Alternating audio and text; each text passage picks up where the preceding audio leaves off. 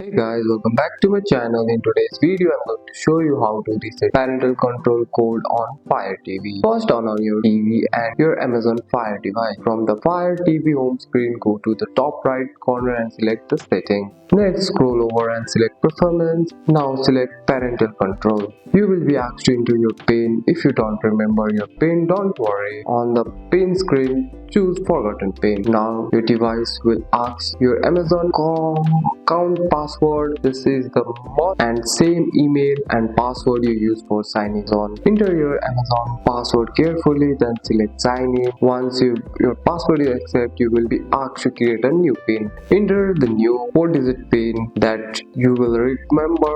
Confirm the PIN you and asked, and that's it. That's all for today's video, guys. If you found this video helpful, drop a like and subscribe for more videos. Thanks for watching. See you in the next one.